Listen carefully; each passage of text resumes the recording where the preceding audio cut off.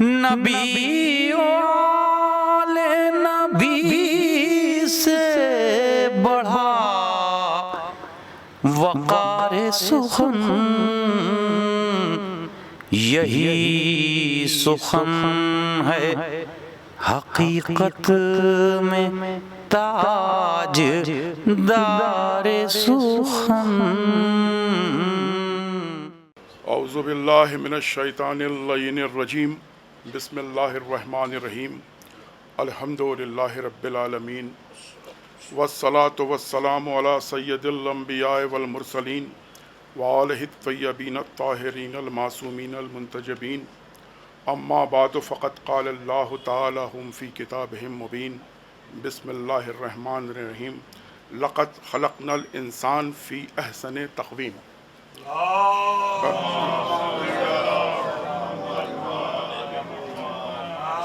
ذات واجب اپنی کتاب محکم میں سورہ 3 میں ارشاد فرما رہا ہے کہ لقد خلقنا الانسان۔ اس آیت جو شروع ہو رہی ہے لقد، دیکھیے میں عربی داں ہوں نہیں، میں بھی پڑھ کے ہی بولتا ہوں، تو لقد، ہاں عربی جاننے والے بہت سارے لوگ موجود ہیں، ہمارے مولوی حضرات بھی ہیں۔ لقد پاسٹ ٹینس ہوتا ہے، یعنی جو چیز ہو گئی اس کے بعد اعلان ہو رہا ہے، جو انگریزی میں جس کو ہیو ہیڈ بولتے ہیں، وہاں سے شروع ہوتا ہے کہ when I have created، لقد خلقنا الانسان، یعنی انسان کو پہلے خلق کر لیا اس نے، اور خلق کرنے کے بعد اس نے ایک اعلان کیا، لقد خلقنا الانسان فی احسن تقویم۔ اب یہ انکوالیفائڈ ہے، جب اس نے انسان کو خلق کر لیا تب پروردگار عالم اعلان کر رہا ہے کہ یہ جو میں نے تخلیق کی ہے ساری مخلوق میں یہ احسن ہے۔ دیکھیں قرآن میں کہیں اشرف المخلوقات لفظ نہیں آیا ہے، احسن تقویم کی بنیاد پر ہی ہم انسان کو افضلیت کا تاج پہناتے ہیں۔ پروردگار عالم نے اسے بہترین نمونہ بنا کے پیش کیا ہے اور اسے احسن کہا، احسن تقویم اس کے سارے صفات میں، اور دوسری مخلوقات پر اس کو احسن قرار دیا۔ تو آپ سمجھ سکتے ہیں کہ جب خالق کسی چیز کو بناتا ہے، ایون دنیا میں بھی کوئی ایک کار بنانے والا سائنٹسٹ کار بناتا ہے اور اس کو اعلان کرتا ہے کہ صاحب اس میں یہ ہے اور اس میں یہ ہے، یہ ہے، تو کتنی اس کی توقعات وابستہ ہوتی ہیں اس سے۔ تو جب اللہ نے ایک اتنی بڑی بات کہہ دی کہ میں نے آج تک جتنی بھی مخلوقات پیدا کی، اب یہ جو انسان میں نے بنایا یہ سب سے افضل ہے، سب سے احسن ہے، تو اللہ کی کتنی توقعات ہوں گی اس انسان سے۔ لیکن ہوا کیا؟ پہلے ہی مقام پر جھٹکا پروردگار عالم کو، جس کو اس نے مسجود ملائک بنایا تھا، جس کو اس نے افضلیت کا تاج پہنایا تھا، اس سے اللہ نے ایک ہی بات تو کہی تھی کہ بھائی سب کچھ کرنا، ادھر نہ جانا، یہ نہ کھانا، ایک ہی بات کہی تھی۔ اب دیکھیے اللہ نے ایک کلیم کیا تھا احسن تقویم، کہ یہ جو مخلوق ہے ہماری سب سے احسن ہے، اور پہلے ہی مقام پر وہ انسان ترک اولا کر دیتا ہے۔ اب آپ سمجھ سکتے ہیں کہ اللہ کی وہ ذات واحد ہے، ذات اقدس ہے، لیکن بہرحال اس نے ایک کلیم تو کیا تھا نا، اور پہلا ہی بندہ جو اس نے پیدا کیا وہ ترک اولا کر گیا۔ تو اللہ کا تو ایک پیرامیٹر ہے نا، تو اللہ کی جھنجھلاہٹ تھی کہ جیسے ہی ترک اولا ہوا، اب رحمت اس کے یہیں سے چلتی، ہر چیز پر یعنی اس کے غضب ناکی پر بھی اس کی رحمت غالب ہوتی، لیکن اسے کتنا فرسٹریشن تھا اس ذات واحد کو کہ جیسے ہی ترک اولا ہوا اپنے اس بندے کو جو ابھی کچھ دیر پہلے جسے اس نے مسجود ملائک بنایا تھا، اب کہا کہ تم جنت سے نکلو۔ ہوا کہ یہ کپڑا کہا کہ نہیں کپڑا بھی نہیں, جنت کی چیز جنت میں ہی رہے گی. نکلو. تو پہلے ہی مقام پر اللہ کے پارامیٹر پر احسن تقویم کے جو منزل پر فائز اللہ کرنا چاہتا تھا وہ اس سے کمتر ہو گیا.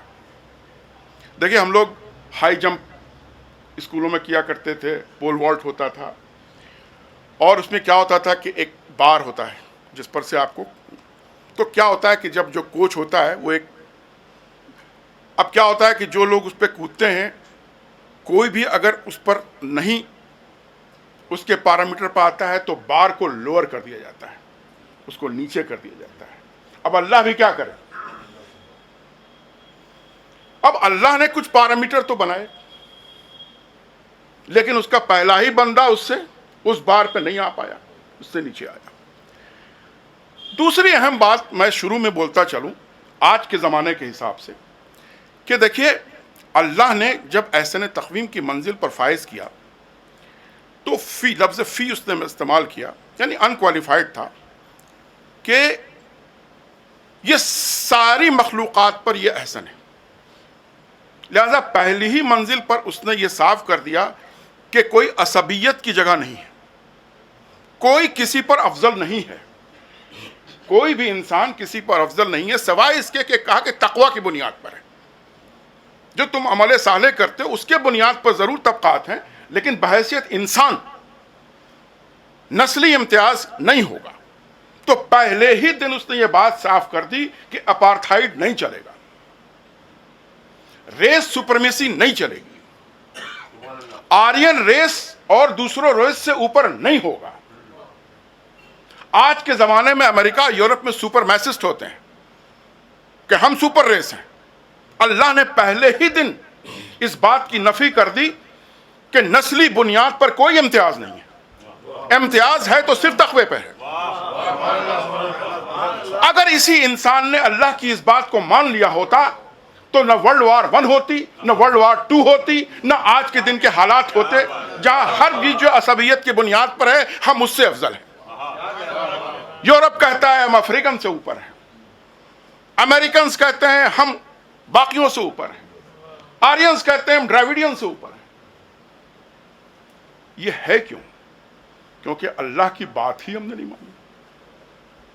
اللہ نے تو سبھی انسان کو افضل بنایا تھا اور اس کے اندر کہا تھا کہ تم کیسا کنڈکٹ کرتے ہو اپنا, کس طرح سے تم اپنی زندگی بسر کرتے ہو, اس کی بنیاد پر, تقوی کی بنیاد پر ضرور طبقات ہوں. تو یہ بات تمہیداً میں نے کہی کہ اللہ نے سب سے پہلے ہی دن ساری عصبیت کو اور اپارتھائڈ کو اور ریس سپریمیسی کو ختم کیا. اب جیسا کہ میں نے کہا کہ اللہ کی کچھ توقعات ہیں. اب یہ انسان جو اس کی بہترین مخلوق ہے اس کے توقعات پر پورا نہیں اتر رہا ہے, تو اللہ نے بار کو نیچے کیا کہ چلو. اب اللہ نے کہا انا ہدینا السبیل اما شاکرا و اما کفورا. اللہ چاہتا تھا کہ اس کی نعمتوں کا بندہ شکر گزار ہو جائے, لیکن جب اس نے دیکھا کہ بندہ شکر کی منزل تک تو پہنچتا ہی نہیں ہے تو اس نے بار کو لوور کر دیا کہ چلو صبر کی منزل پر بھی پہنچ جاؤ. تو انا مع الصابرین, میں سب صابروں کے ساتھ ہو جاؤں. اللہ کا جو توقعات تھی وہ منزل شکر پر تھی, لیکن جب دیکھا کہ بندہ اپنے مرتبہ شکر پر نہیں پہنچ پا رہا ہے تو اس نے اس کو بار کو لوور کیا اور شکر کے بجائے اس نے صبر کی بات کر دی کہ یہاں تک بھی چلے جاؤ تب بھی ہم مان لیں. تو یہ اس کی رحمت ہے, اس کی رحمانیت ہے کہ وہ بندے کے جو اس کی استطاعت, حالانکہ استطاعت تو اللہ نے دی ہے لیکن اس تک نہیں پہنچ رہا ہے تو اس کے نیچے بھی آ جاؤ. اب دیکھیے اب اللہ جو ہے اپنے بہترین بندوں کی تخلیق کر رہا ہے, میں عام بندوں کی تو بات ہی نہیں کر رہا, ہیں وہ بھی انسان.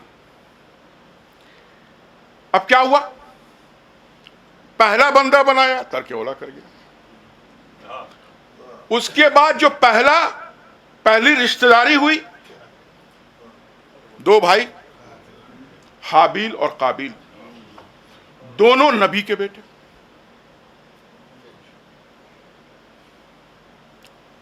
اللہ چاہتا تھا کہ بھائی بھائی کی طرح رہیں، اخوت ہو، پیار محبت ہو، رشتہ داری ہو۔ دوسرے ہی اسٹیپ پر کیا ہوا؟ ایک بھائی نے دوسرے بھائی کو کا قتل کر دیا۔ اب کیا ہوا؟ رشتے کی پامالی یہاں سے شروع ہو گئی۔ اللہ چاہتا تھا کہ رشتہ استوار ہو، نبی کے بیٹے ہیں، اللہ نے خلیفہ بنا کے بھیجا ہے دنیا میں۔ بات پھر آگے بڑھتی ہے۔ جناب نوح، اب باپ بیٹے کا دیکھیے کس طرح سے رشتے کی پامالی ہو رہی ہے۔ طوفان ہے، بیٹا بھی جانتا ہے کہ نبی ہے، بیوی بھی جانتی ہے کہ نبی ہے، بلا رہے ہیں، عدل الحکمی ہو رہی ہے۔ کس کی؟ بیٹا باپ کی عدل الحکمی کر رہا ہے۔ نبی ہے، نبی کی اولاد۔ اب کس کس طرح سے اللہ کی توقعات پر یہ انسان پورا نہیں اتر رہا ہے۔ اب اللہ کرے کیا؟ یہ بہترین انسان ہے جنہیں اللہ نے نبوت دی ہے، اس زمین پر خلیفہ بنا کے بھیجا ہے۔ ان کے گھرانے کی حالات یہ ہے۔ جناب یوسف کا قصہ، وہی بھائی، جلن، حسد، بھائی نے بھائی کو کنویں میں ڈال دیا۔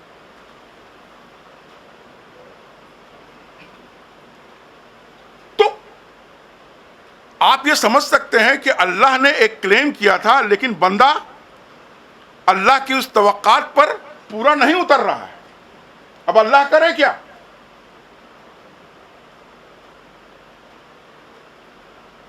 اس نے اولو العزم پیغمبر بنایا، جناب ابراہیم۔ ہوتا ہے کہ کم سے کم یہ بندہ جو ہے یہ یقین کی منزل پر تو پہنچے۔ جناب ابراہیم، قرآن ہے، اللہ سے کہہ رہے ہیں پروردگارم تو مردے کو زندہ کیسے کر دیتا ہے؟ پلٹ کے اللہ نے کہا کیوں تمہیں یقین نہیں ہے؟ کہا کہ یقین تو ہے، سکون آ جائے۔ اب یہ اولو العزم پیغمبر ہے، مشاہدات کی بنیاد پر سکون چاہیے کہ میں دیکھ لوں۔ تو اللہ اپنے اس بندے کو سکون کی منزل پر فائز دیکھنا چاہتا ہے، نہیں ہے، لیکن وہ دیکھ کے سکون کی منزل پر آنا چاہتے ہیں۔ پھر وہ احسن تقویم کی جو پیرامیٹرز ہیں وہاں پر یہ لوگ، میں یہ بتانا چاہ رہا ہوں تمہیداً کہ یہ سب اللہ کے برگزیدہ بندے ہیں، لیکن کس طرح سے اللہ کے جو پیرامیٹرز ہیں اس پر وہ اللہ کے مطابق، اللہ چاہتا تھا کہ میں نے ایک بات کہی، میں نے تم سے قربانی مانگی، انکوالیفائڈ قربانی دینا چاہیے تھا، لیکن وہی ہے کہ اللہ بار کو نیچے کر دیتا ہے۔ اللہ چاہتا تو یہ تھا کہ میں نے کہہ دیا کہ تم اپنے بیٹے کی قربانی دے دو، تو بلا تامل دے دیتے۔ اب ہوا کیا؟ دے تو رہے ہیں۔ اب اللہ چاہتا یہ تھا کہ رومال نظروں پہ نہ رہے، نہ بیٹے کے نہ باپ پہ، جو قربانی دے رہا ہے قربانی دے رہا ہے۔ جب اللہ نے مانگ لیا اسی کی ہے، جان دی ہوئی اسی کی ہے، حق تو یہ ہے کہ حق ادا نہ ہوا۔ اللہ نے مانگ لیا اور اپنے اس عظیم المرتبت بندے سے مانگ رہا ہے، جس کی قربانی دی جا رہی ہے وہ بھی نبی، جو دے رہا ہے وہ بھی نبی۔ لیکن اب قربانی کی منزل میں پہنچنے کے بعد عدل الحکمی نہیں ہے، لیکن اللہ جس منزل پر اس قربانی کو دیکھنا چاہتا تھا، دونوں ہی اس منزل سے نیچے ہیں۔ اللہ کیا کرے؟ اب اللہ نے پھر بار کو نیچے کیا کہ تمہاری قربانی قبول، کیونکہ تم نے ارادہ ظاہر کر دیا، چلو تمہارے ارادے پہ ہی میں راضی ہو گیا، لیکن چونکہ ایک انکوالیفائڈ قربانی نہیں تھی، آنکھوں پر پٹی تھی، جناب اسماعیل کے بھی آنکھ پر پٹی تھی، جناب ابراہیم کی آنکھ پر پٹی تھی، ماں راضی نہیں تھی۔ یہ گھرانہ ہے ان لوگوں کا جو کہ اللہ جن پر ناز کرتا ہے، اور بے شک ناز کرنے کے قابل ہے۔ لیکن میرا کہنا یہ ہے کہ اللہ جس مقام پر، جس منزل پر اپنے بندے کو دیکھنا چاہتا تھا، اس منزل پر یہ حضرات، یہ نفوس نہیں پہنچے۔ اب اللہ کیا کرے؟ دیکھیے سورہ بقرہ میں اللہ نے اس کو کیا توقعات ہیں، وہ 8 چیزیں بیان کی ہیں۔ وہ بنی اسرائیل کے لوگوں کے حوالے سے کیا ہے۔ سورہ بقرہ کی میرے خیال میں 83 آیت ہے، جس میں اللہ کیا چاہتا ہے۔ تو پہلی بات، لا تعبدون الا اللہ، عبادت کسی کی بھی نہیں سوائے اللہ کی۔ اب بات شروع ہو رہی ہے توحید سے، کیونکہ جب اگر توحید ہی نہیں ہے تو پھر اللہ کی بات کیا مانیں گے آپ؟ تو سب سے پہلی بات، لا تعبدون، کسی کی بھی عبادت نہیں، الا اللہ، سوائے اللہ کے۔ اب اس کے بعد آگے بڑھتا ہے، وَلِلْوَالِدَيْنِ إِحْسَانًا، اپنی وحدانیت کے فوراً بعد کہ اپنے والدین پر احسان کرو۔ احسان وہ نہیں جو ہم لوگ سمجھتے ہیں، احسان کے مطلب یہ ہے کہ ہر طرح سے ان کی اطاعت اور خدمت کرنا، اپنی آواز ان کی آواز سے اوپر نہ جائے۔ خدمت کا معیار دیکھیے، یہاں پر میں ایک بات کہنا چاہتا ہوں، خاص طور پر اپنے نوجوان بچوں سے، کہ دیکھیے والدین کے معاملے میں اللہ بہت حساس ہے، اور آپ یہ سمجھیں کہ جہاں اس نے اپنی وحدانیت کا اعلان کیا ہے اور اقرار کروایا ہے، اس کے فوراً بعد والدین کے حقوق کی بات کر رہا ہے۔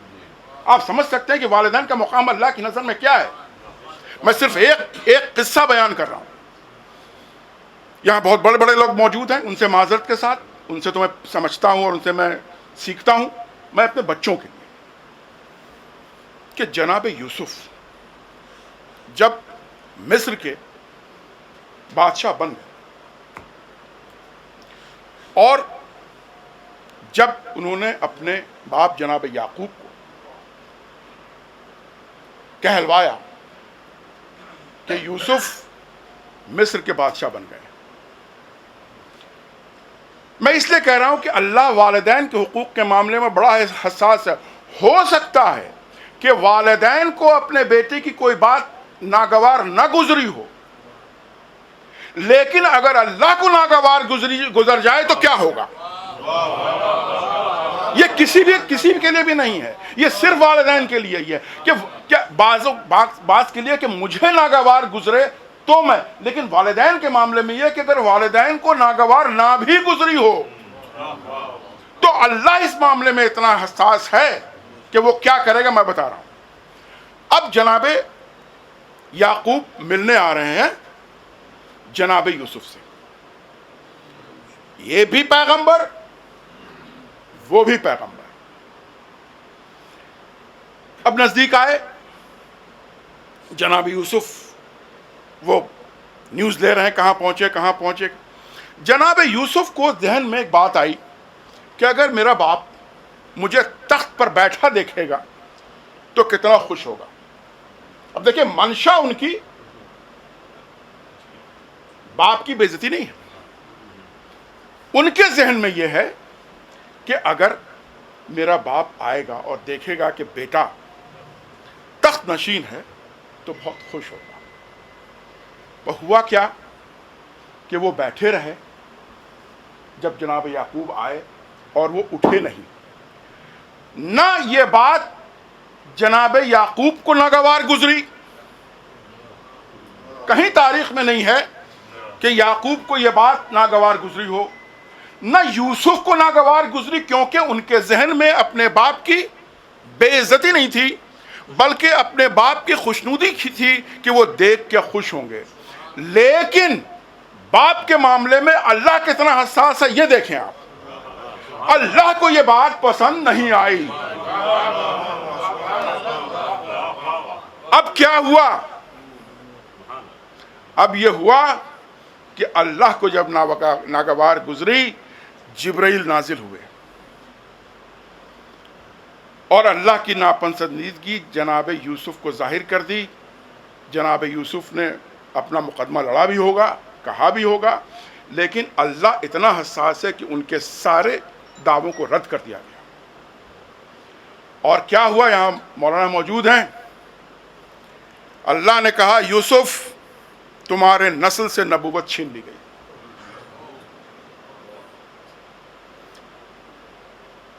صرف ایک عدل حکم تھی اور وہ بھی باپ کی نظر میں نہیں تھا.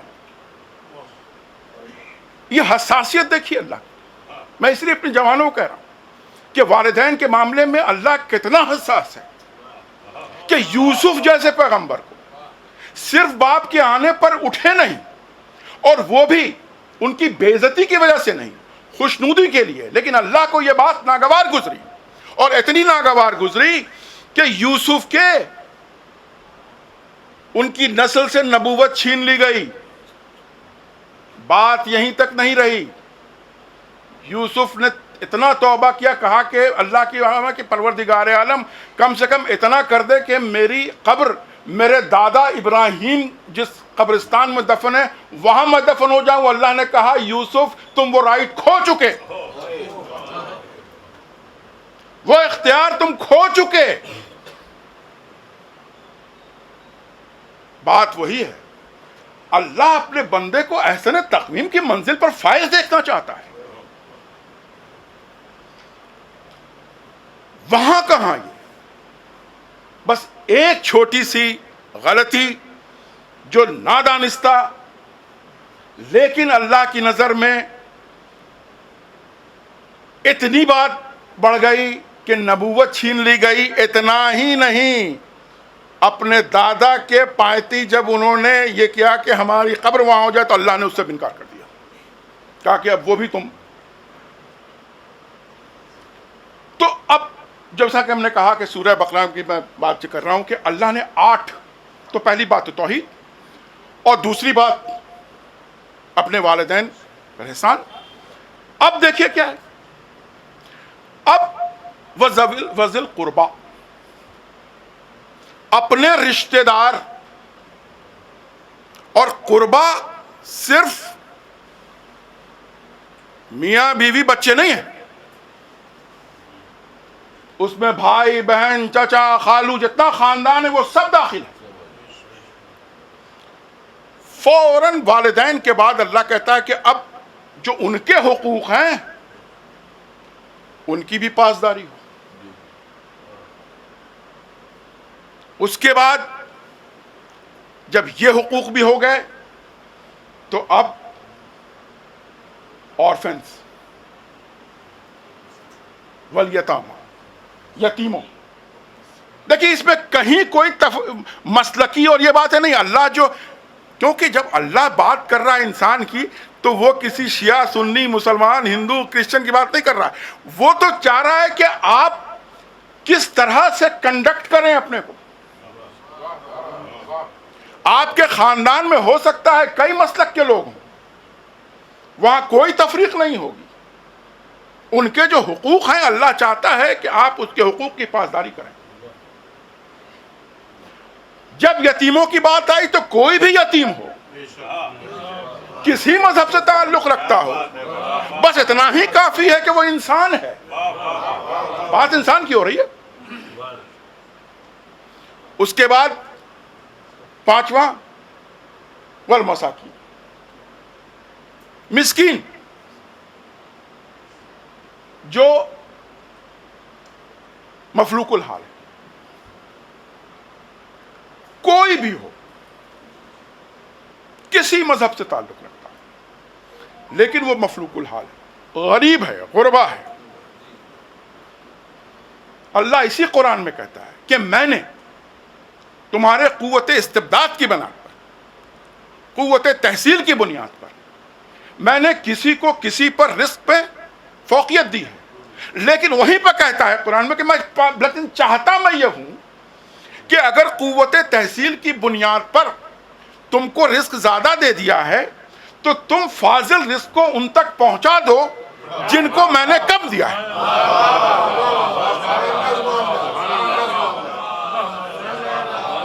یہ مساوات ہے. احسن تقویم، اللہ احسن تقویم کس اس کے پیرامیٹرز کیا ہیں، کیا چاہتا ہے وہ؟ چھٹی چیز، جب تم بندوں کے بیچ باتیں کرو، جب کلام کرو، قولوا للناس، اب یہاں الناس کی بات آئی، جس سے بھی تم باتیں کرو حسن اخلاق سے بات کرو، اس کی دل آزاری نہ کرنا، غصے میں نہ بات کرنا، پیار محبت سے بات کرنا. قولوا، جب تم اس سے کلام کرتے ہو، کس سے؟ ناس، کسی سے بھی، جس میں جو بھی انسان ہے، حسن اخلاق کے ساتھ بات کرو. یہ 6 چیزیں اللہ نے یہاں تک، ایک ہی بس یہ چیز تھی جو اس پر مسلط تھی، اسی طرف وہ تھی پہلی چیز جو وحدانیت کی تھی. باقی 5 چیزیں اللہ جو پیرامیٹر بیان کر رہا ہے احسن تقویم کے فائز ہونے کے لیے، وہ سب بلا تفریق مذہب و ملت، سبوں کے حقوق آپ جب دے دیں گے، جب حقوق پر آپ کامل اتریں گے، جب یہ سب کر لیا تب کہتا ہے اقیموا الصلاۃ. اب تم جب نماز پڑھو گے تو وہ قابل قبول ہے. یعنی تم نماز پڑھ رہے ہو لیکن یہ پچھلی 5 اور 6 چیزوں پر عمل نہیں کر رہے ہو تو اقیموا الصلاۃ کا اللہ کے نزدیک کوئی قیمت نہیں.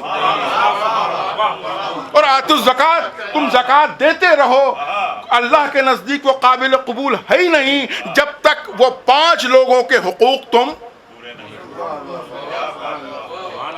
اب آج اس مجمع کو میں یہی کہنا چاہتا ہوں کہ آج اس مجمع ہر آدمی اپنا محاسبہ کر لے، حساب کر لے کہ اللہ نے یہ 8 چیزیں، توحید، میں پھر سے بتا رہا ہوں، والدین کے حقوق، اپنے قرابت داروں کے حقوق، یتیموں کے حقوق، مسکینوں کے حقوق، آپ کے ہمسایوں کے حقوق جب آپ ان سے بات کرتے ہیں، حسن اخلاق، اقیموا الصلاۃ، نماز، اور 8ویں زکات.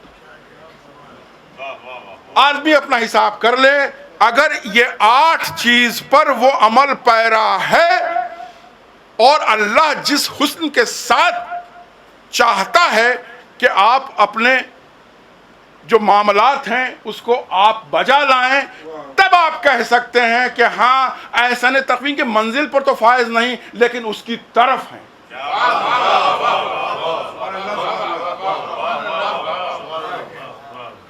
اب جیسا میں نے کہا کہ اب اللہ کرے کیا، اس نے ہم نے آپ کو شروعاتی میں بتائی جو عظیم المرتبت ہستیاں، وہ سب اللہ کے پیرامیٹر پہ نہیں ہوتے. بھائی جناب ابراہیم آگ میں پھینکے جا رہے ہیں، جبریل آتے ہیں، کہتے ہیں اللہ نے بھیجا ہے، آپ کو مدد چاہیے. انہوں نے کیا کہا؟ مدد تو چاہیے لیکن جس سے مدد چاہیے وہ جانتا، یعنی مدد تو چاہیے. یہ تھے ابراہیم کہ مدد تو چاہیے. اور انہوں نے کیا دعا مانگی مجھے نہیں پتا، لیکن نتیجہ پتا ہے کہ آگ گلزار ہو گئی۔ یہ تو حسین ابن علی تھے کہ پھر جبریل آتے ہیں، مدد چاہیے، وہ کیا کہ ہٹ جاؤ جبرائیل، یہ وقت امتحان ہے۔ کہ حسین جو ہے وہ شناسہ ہے مرضی معبود کا، وہ جانتا ہے کہ اللہ کی مرضی کیا ہے، اور جب اللہ کی مرضی یہ ہے کہ سر کٹ جائے تو کٹ جائے، پھر مدد کی ضرورت نہیں ہے، یہ وقت امتحان ہے۔ تو اب آپ یہ دیکھیں کہ اللہ نے ان سبوں کو آزمایا، ایسا نہیں کہ آزمایا نہیں، سب کو موقع دیا، بڑے بڑے نبیوں کو موقع دیا، لیکن سب اللہ کے اس پیرامیٹر کو جو وہ چاہتا تھا۔ جناب یعقوب کو آ کے ملک الموت نے کہہ دیا کہ آپ کے بیٹے کی میں نے روح قبض نہیں کی ہے، مولانا موجود ہے تائید کریں گے، تو ان کو بتا دیا کہ آپ کے بیٹے کی روح قبض نہیں ہوئی ہے، پھر بھی رو رہے ہیں، سکون نہیں۔ اب اللہ کیا کرے، اس میں اسے تو ایک مطمئن نفس کی ضرورت ہے۔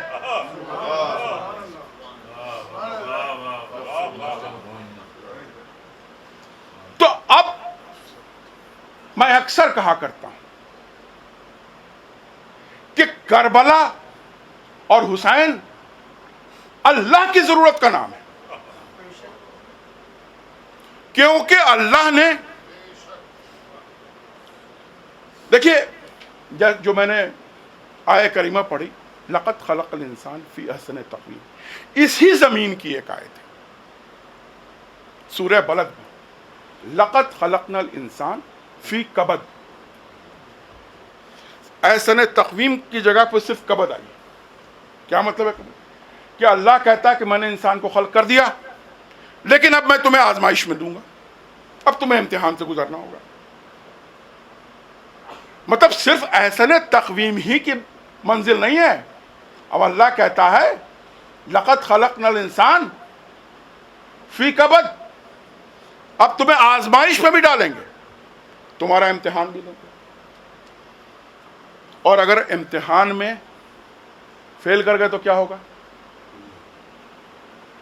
ثم رددناہ اسفل سافلین، اگر میرے پیرامیٹر پر نہیں اترے تو میں تم کو خلقت کے سب سے پست جگہ پہنچا دوں گا۔ تو اتنا ہی نہیں تھا کہ احسن تقویم تو ہے، لیکن اس کو امتحان سے گزرنا ہوگا۔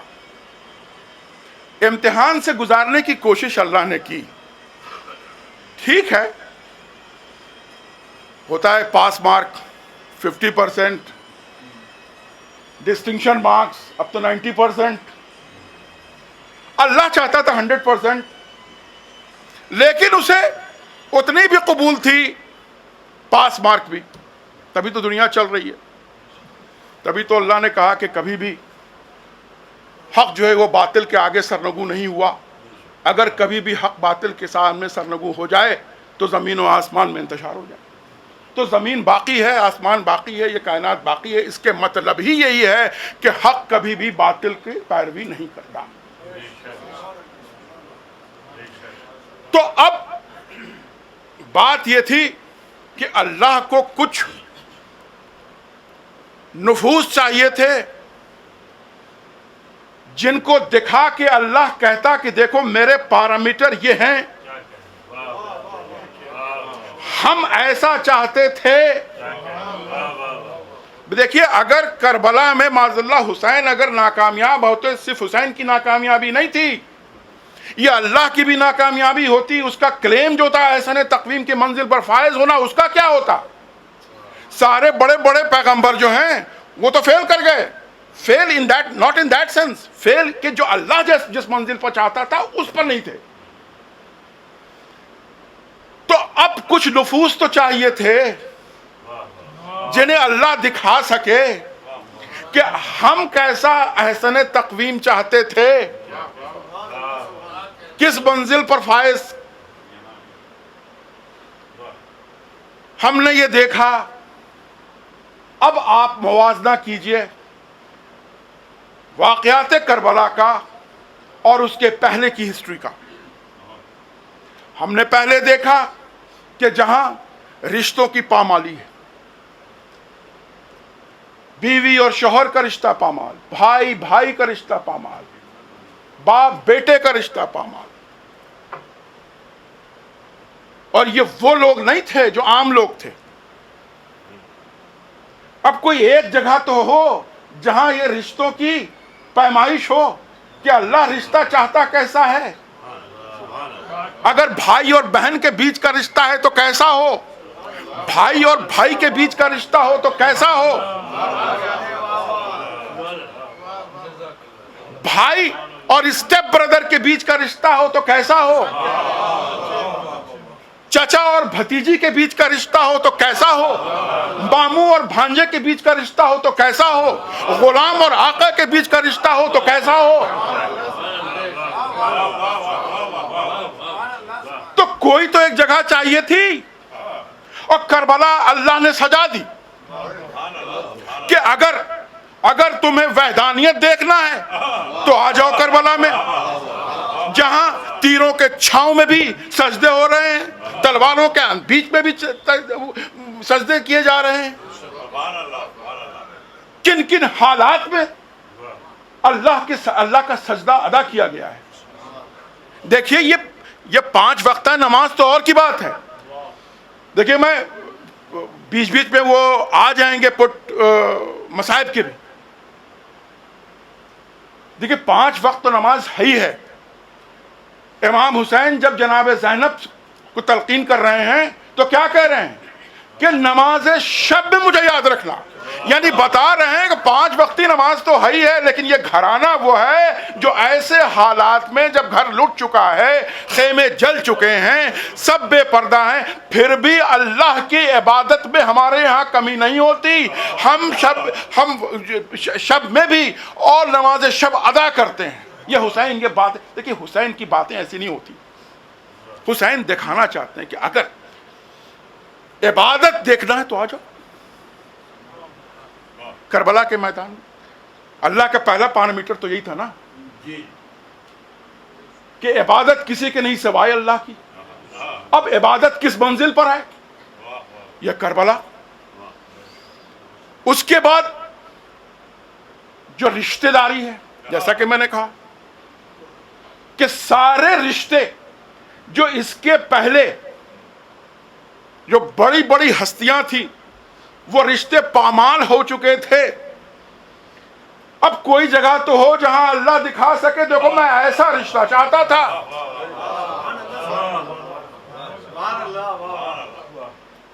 تو وہ کربلا کا میدان ہے جہاں چچا بھتیجی کے لیے جان دے رہا، بھائی بھائی کے لیے جان دے رہا. دیکھیں سبقت ہے. دیکھیں جان دینا تو ایک الگ بات ہے.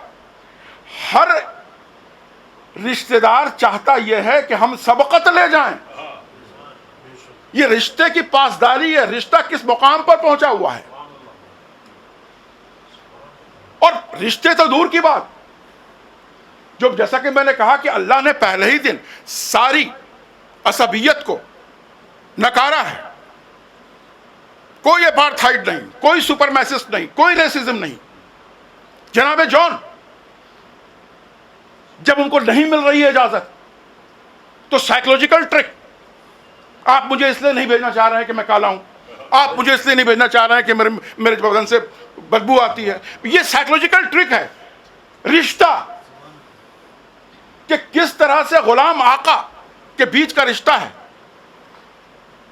کہ قربانی دینا ہے، ہم سب قتل لینا چاہتے ہیں.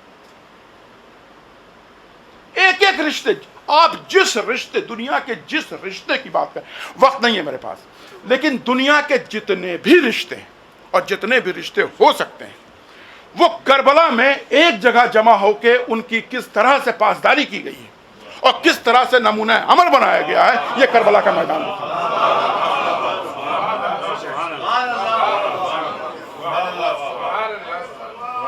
دیکھیے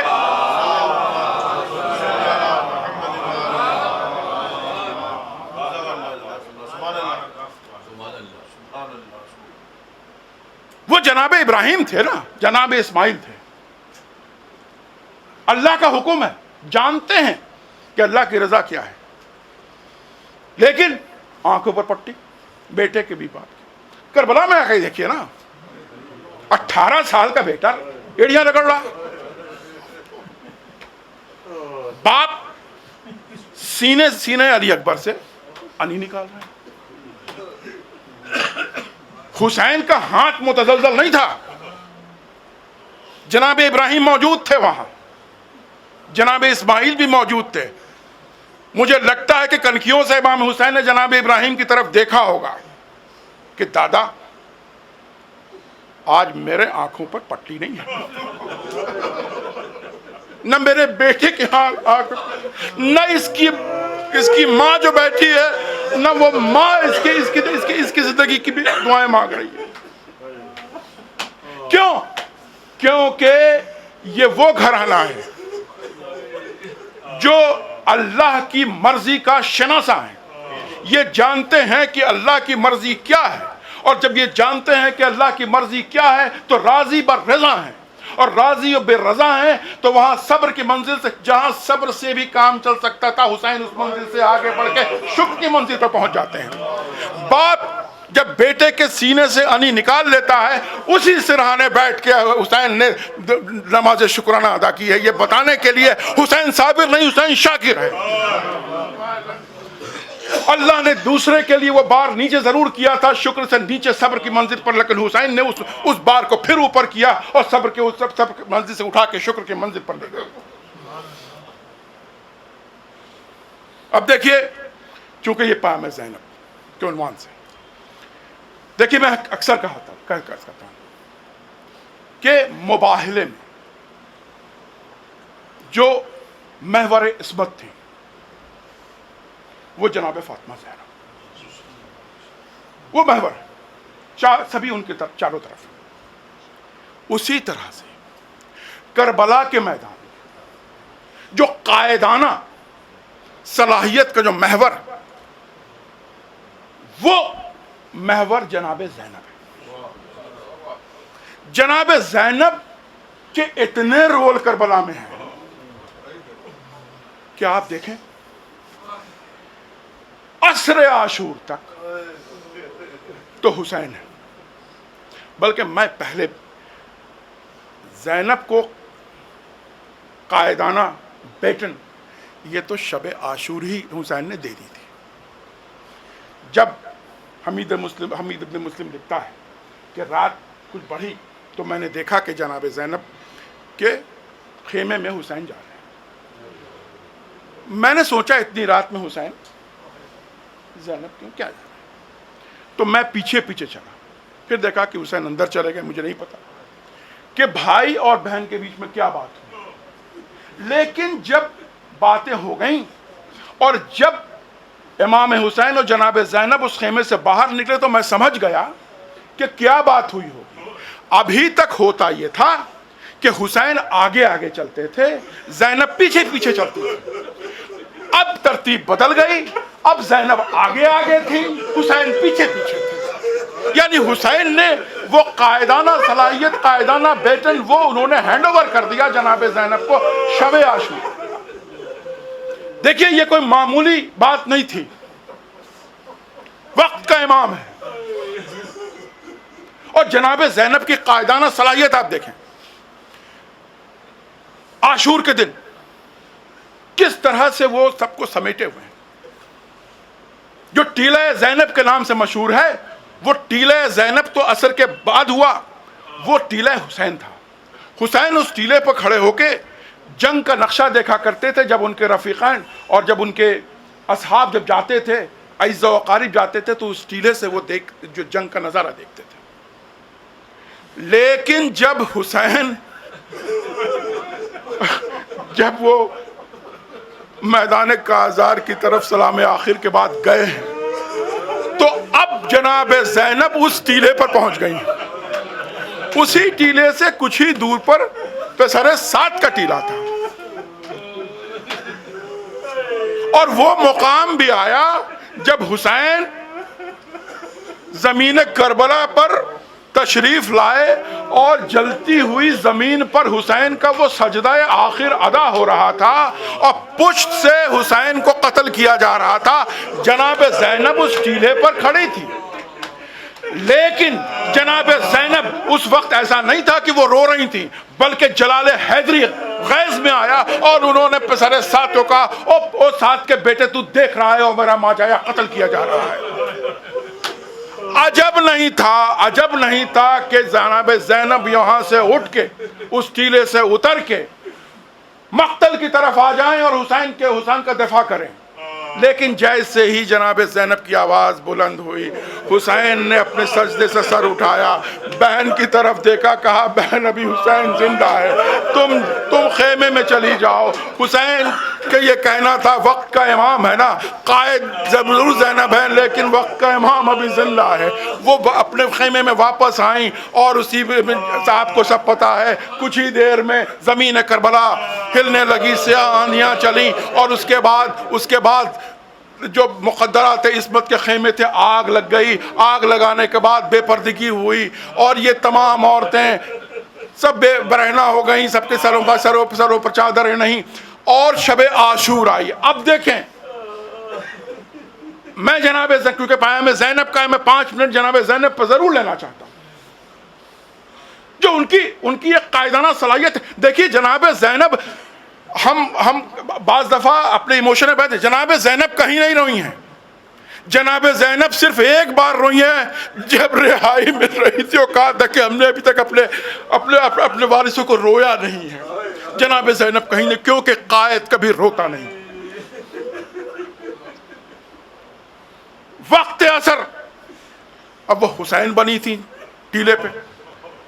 شب عاشور ایک ٹوٹا ہوا نیزہ لے کے اب عباس کا کردار پہ جناب زینب آ گئے، تلایا پھر رہی. تو زینب کے کئی رول ہیں. کہیں وہ حسین نظر آئیں، شام غریبہ کے پرہول منظر میں جناب حضرت عباس کے رول میں نظر آئیں، اور کبھی غیظ حیدری میں جب دیکھا کہ ایک سوار آ رہا ہے اور وہ رک نہیں رہا ہے، لجام فرس پر ہاتھ ڈال دیا غصے کے عالم میں علی کی بیٹی کہہ رہی ہے کہ تو رک جا، تو رکتا نہیں ہے، تو نے مجھے کیا مجبور سمجھ رکھا ہے. حیدر ایک کرار کی بیٹی ہوں، تو مجھے مجبور نہ سمجھ. یہ غیظ حیدری تھا جو جناب زینب اس رات میں انجام دے رہی ہیں. وہاں پر وہ حیدری وصف. اور جب آپ کو پتہ ہی ہے، جب وہ نقاب الٹا سوار نے دیکھا علی تھے، اب باپ بیٹی کا ایک ملن ہے، اور اس حالات میں جناب زینب بیان کر رہی ہیں اور مولا کائنات ان کو تسلی دے رہے ہیں، بیٹی ابھی تو کچھ نہیں ہے، ابھی تو کل تجھے اور اس سے کٹھن امتحان سے گزرنا ہے، ابھی تو کوفہ و شام کی منزل ہے. اور اگلے دن کیا ہوا؟ اگلے دن یہ مقدرات عصمت کا قافلہ جب چلنے لگا، اب آپ دیکھیں کہ کس طرح سے ظلم ہے کہ پسر سعد نے اور شرم نے کہا کہ اب یہ جو ناکہ جائے گا یہ اس طرف سے جائے گا جہاں لاشیں پڑے ہیں، جہاں لاشیں پڑے ہیں ان کے وارثوں کے ادھر سے لے جایا جائے گا. یہ ظلم ہے، یہ ظلم کی انتہا ہے کہ اب ادھر سے لے جایا جائے گا جہاں پامال شدہ لاشیں پڑے ہیں. لاشوں کی حالات ایسے تھی کہ کسی کو سمجھ ہی میں نہیں آ سکتا تھا کہ یہ کس کا لاشا ہے. شمر نمودار ہوا، زینب سے ہم کلام ہوا، کہنا زینب اس لاشے کو پہچانتی ہو؟ کہا کس کا ہے؟ کہا کہ یہ حسین کا لاشا ہے. زینب نے دکھ بھرے انداز میں صرف ایک ہی بات کہا جو نفسیاتی لوگ سمجھ سکتے ہیں، انت اخی، کیا یہ میرا بھائی ہے؟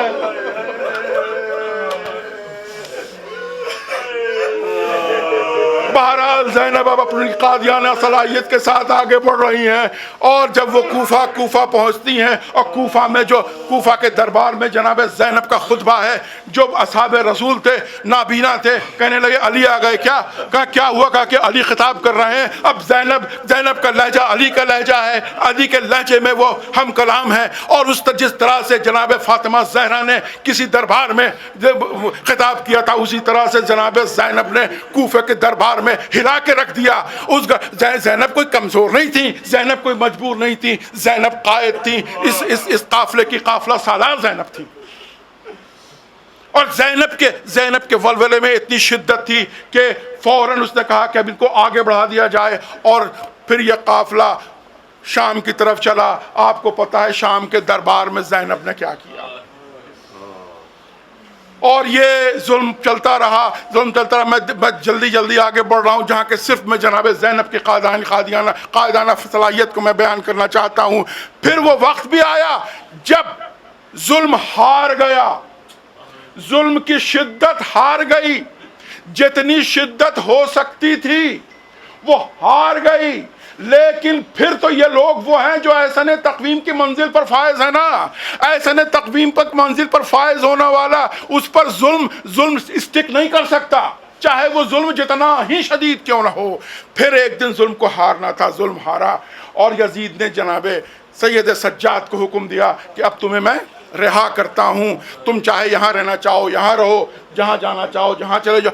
جناب زین العابدین نے کیا کہا, میں یہ فیصلہ نہیں کر سکتا کہ وقت کا امام ہے, میں یہ فیصلہ نہیں کر سکتا. سب سے پہلے میں اپنی پھوپھی کے پاس جاؤں گا اور وہاں میں ان سے مشورہ کروں گا, تب میں بتاؤں گا. اب جناب زینب میں جو لیڈرشپ کوالٹی, ایک ایسی عورت جس کے بچے مر چکے, جس کا بھائی مر چکا, جس کے بھتیجے مر چکے, جس کے سروں کی چادریں چھن گئیں, جو دیار گمائی ہوں, اور کس کے گھر کی, جناب فاطمہ زہرا کی بیٹی ہے, حیدر کرار کی بیٹی, حسن حسین کی بہن, عباس جیسے بھائی کی بہن. اتنے ظلم کے بعد بھی اس میں وہ زور یہ تھا, اس نے کہا کہ نہیں, انہوں نے کہا کہ نہیں, جا کے کہہ دو کہ ہم ایسے نہیں جائیں گے. اب یہیں پر کہ زینب آج تک روئی نہیں تھی. انہوں نے یہی تو کہا کہ بیٹا جا کے یزید سے کہہ دو کہ میں تو ابھی تک اپنے وارثین کو رو بھی نہیں سکی ہوں, لہٰذا ایک مکان خالی کیا جائے جہاں ہم بیٹھ کے اپنے عزیزوں کو رو تو سکیں. اور جناب یہ پہلی بار دیکھا گیا کہ جو قیدی ہے وہ کنڈیشن بتا رہا ہے. ہوتا یہ ہے کہ جو حاکم ہوتا ہے وہ کنڈیشن بتاتا ہے کہ آپ چھوڑے جائیں گے لیکن یہ کنڈیشن ہے. یہ پہلا قیدی تھا, اس نے کہا کہ نہیں, ہم یہ کنڈیشن ہوگا تب میں رہائی چاہتی ہوں. اور اس کے بعد وہ مقام بھی آیا, آپ کو سب کو پتہ ہے, سنتے آ رہے ہیں کہ جب اس کے بعد جناب زینب نے کہا کہ بیٹا ان سے کہہ دو کہ یہ جو ہمارے لوٹے ہوئے سامان ہیں وہ واپس کیے جائیں. اب جناب زینب اپنے سارے گھر والوں کے ساتھ اس حجرے میں تشریف فرما ہے. سب کی چادریں ایک کے بعد ایک آ رہی ہیں اور سب اپنی چادریں لے رہے ہیں. بعد میں ایک ننھی سی چادر آئی, سب ایک دوسرے کو دیکھنے لگے. جناب زین العابدین اور جتنی عورتیں میں کوہرام بچا, لیکن جناب زینب کا بھی وہ قائد ہے, وہ اٹھی, انہوں نے اس چھوٹی سی چادر کو لیا اور قید خانے کی طرف گئی, اور قید خانے پہ جا کے اس چادر کو جناب سکینہ کے قبر پہ ڈال دیا. بیٹا اب میں جا رہی ہوں اور میں کربلا ہوتی ہوئی جاؤں گی, کچھ کہنا ہو تو کہہ لو. اور یہ قافلہ کربلا پہنچا. جناب زینب نے زین العابدین سے کہا بیٹا میں سب سے پہلے عباس کی قبر پہ جاؤں گی, ابھی مجھے بتانا ہے کہ تیرے بعد تیری بہن پہ کیا کیا ظلم ہو گئے. وہ دیار پھرائی گئی, سروں پہ چادر نہیں تھی, تازیانے کھاتی رہی, میں شکوہ کروں گی. لیکن جب جناب زین العابدین جناب زینب کو لے کے حضرت عباس کی قبر پر آئے, زینب نے کہا بیٹا یہ میرے بھائی کی قبر نہیں ہو سکتی, میرا بھائی تو بہت دراز کرتا, یہ تو کسی بچے کی قبر ہے. ارے زین العابدین پھوپھی سے لپٹ گئے, پھوپھی اماں میرے چچا کو اس طرح سے پامال کیا گیا. میرے چچا کا صرف ہاتھ ہی نہیں, جسم کے ہر حصے کاٹ دیے گئے. اور جب میں انہیں یہاں جب دفن کرنے آیا تو میں صرف ایک گٹھری ملی اور میں نے اس گٹھری کو دفن کر دیا. جناب زینب نے اپنے آپ کو گرا دیا. بھیا میں شکوہ نہیں. جامعہ سیدہ سلام اللہ علیہا شیعہ گرلز یتیم خانہ پھندڑی سادات ضلع امروہہ یوپی انڈیا. یہاں قوم کی بے سہارا بچیوں کو دینی اور دنیاوی تعلیم دی جاتی ہے, ساتھ ہی ان کے رہنے اور کھانے پینے کا پورا خیال رکھا جاتا ہے. یہی نہیں, ان بچیوں کی شادی کے اخراجات کی ذمہ داری بھی اس ادارے کی ہے. جامعہ سیدہ شیعہ گرلز یتیم خانہ کے سیکریٹری اور بانی ہے مولانا اسرار حیدر مرتضوی قمی صاحب. جو حضرات مائل ہیں مزید معلومات کے لیے اسکرین پر دیے ہوئے نمبر پر رابطہ قائم کریں. 7351151694